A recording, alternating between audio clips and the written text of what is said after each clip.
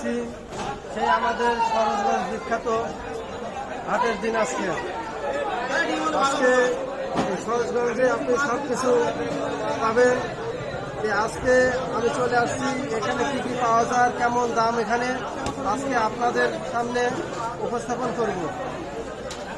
চলে আসুন, সর্বপ্রথম আমরা যাই দেখি মাছের বাজারে। আজকে মাছের বাজারের অবস্থা কেমন, কোন মাছের কেমন দাম জানা যায়। অ্যাকশন দেন, শুরু করো। ভাইয়া আমার কথা বলা যাবে? আজকে মাছের বাজার কেমন যাচ্ছে? সিলভার কত বেচছেন?